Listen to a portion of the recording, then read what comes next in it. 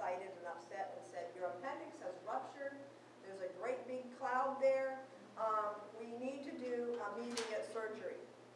And he told my husband, frankly, he said, I don't know if your wife's going to make it.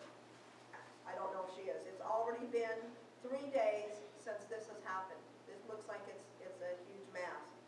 And he told us normally that most people die within 24 hours of having their appendix rupture if they don't get any medical help. He said that even if I did make it through surgery, I would probably be in the hospital for up to 6 months and be on antibiotics, very powerful antibiotics. So, I still had this incredible peace, no matter what the doctor said. I did not fear death. Instead, after praying, my husband and I had a very strong and wonderful assurance that I would come through this. So, by this time, we had come through many other difficulties and trials in the past, and we had seen God answer our prayers. So after the surgery on Thursday afternoon, the doctor came in and told us that he had taken out the appendix and that the poison seemed to be enveloped my body had just kind of made a wall around it, and the poison, and it didn't circulate through my system. And because of that, he said, you know, you're going to heal quickly. So that was awesome. So just Thursday and then on Sunday, just 3 days later, a nurse pushed me out to the rental car we had, and the nurse said to me, I want you to know that when we first saw you, we did not think you would live. We knew of your condition, we just thought she's not going to make it. But here I am pushing you out to the car. She said, that is an amazing thing. So she said it's actually a miracle that you're alive. So I was very grateful. Now, some of you, I'm going to fast forward again to this past year, to 2012. Some of you might have read in a publication that went out here about our garage roof collapsing in January of 2012. We have a flat roof garage in our house, or we used to. Well, a few weeks earlier, before that happened, my husband had a weird ladder accident where the ladder he was on just kind of folded up on him, and he injured his ankle. So he really wasn't doing a good job of shoveling off some of the surfaces. He was able to get out to the loader though, and climb up in that loader and keep the yard plowed out beautifully. And during that time, the snowpocalypse, we had all kinds of people in town trying to help out. We couldn't seem to get anybody to help us shovel off this big roof on the garage. We were concerned about it. Well, out in the garage, I was doing laundry on January 5th, and as I was out there at the washer and dryer, we had 2 washers and dryers out there, 5 freezers, a storehouse full of canned goods and food, and among other things, some valuable things out there. I had this sudden urge to just like put my hands over my head and duck down. I just felt this kind of like fear that something was getting ready to happen. And I thought, that's silly, I'm not gonna run around scared here. But anyways, I did run back in the house and realize, wow, that was an amazing thing. I felt so like something was getting ready to happen. So, but I comforted myself by saying, well, we're going to get some people together tomorrow and we're going to shovel off that roof. So, the next day at 11 a.m., the 6th of January, Skip asked me to go out to the garage and plug in his loader, which I did, to get it warmed up so we could plow. We just had another foot of wet, heavy snow. So I went out there, and on my way back in, I walked under the main beam really quickly, just walked under and thought, I'm going to go get that load out of the dryer while I'm out here.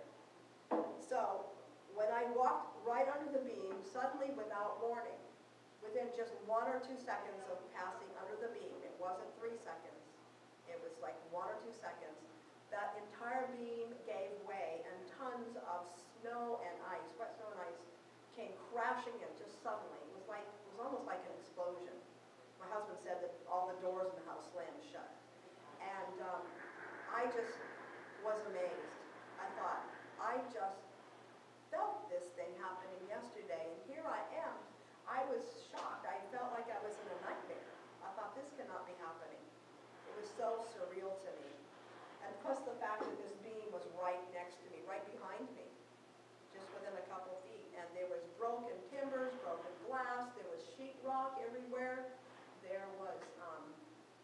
insulation hanging out, but I wasn't touched. There were things hanging at all different kinds of crazy, weird angles, but I personally was not touched by anything.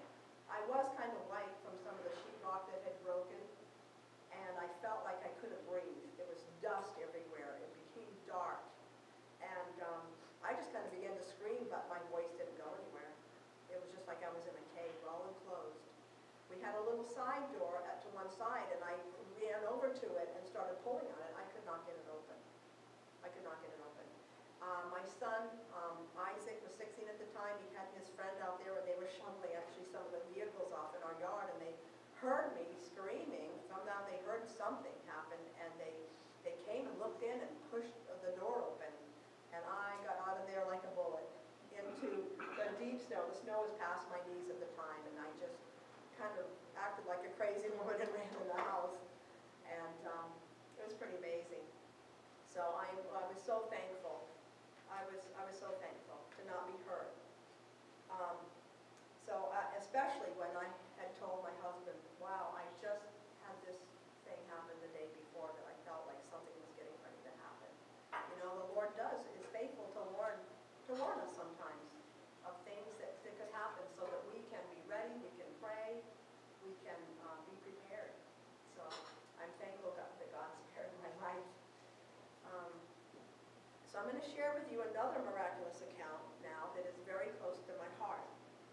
Many years ago, after I'd had my 2 oldest boys, I prayed and asked God for a daughter. That prayer was answered a year later in 1981 when my daughter Shira was born. She went to school here in Cordova, and she graduated in 1999. She took a few years off and traveled, and she went on a couple mission trips to Asia. She then decided she would go to school in Anchorage and get a degree in biology. While she was going to school up there, she met an awesome young man, and they decided to get engaged, and they planned to marry in the year 2006. So in February of that year, Shira went into the doctor in Anchorage for a physical, and she was shocked when they told her that her pap smear was an abnormal one. Further testing revealed that she actually had a very rare form of cervical cancer. A biopsy also confirmed this. The doctor called her and her fiancé in and told them that she needed to have an immediate hysterectomy. And also she would have to have chemo and radiation. As they said, there was a very large mass in the cervical area and in the uterus. So she was pretty shocked by this, and she told Steve, she goes, you know, I don't think we ought to get married.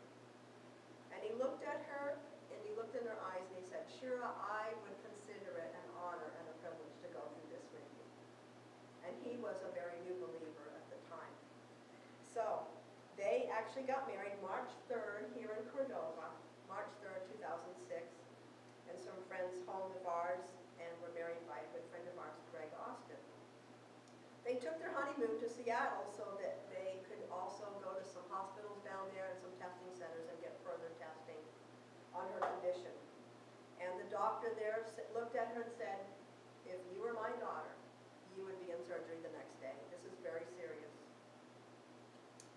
So they got back to Anchorage, and they continued going to school. Shira and Steve were praying for a miracle. We were praying also, and so were many others. She wrote out on paper a prayer petition to God declaring that she believed that Jesus was her healer. She read it out loud every day. We did also.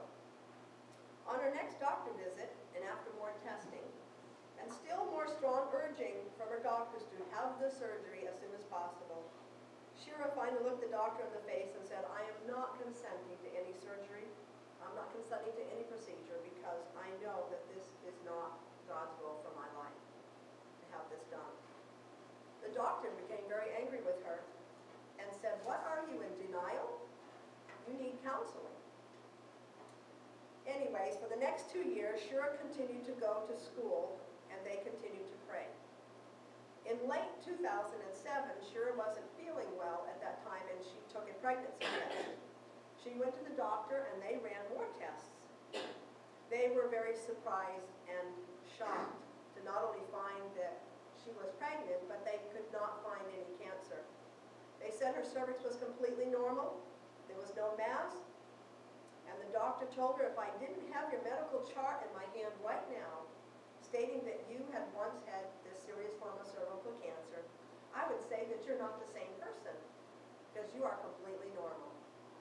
And so in June of 2008, Hannah Danielle Wolf was born, a perfect, healthy, happy baby. In June 2010, Shiloh Aaliyah was born. And in October of 2011, Mariah Lynn Wolf was born. Our whole family witnessed once again that God answers prayer and nothing is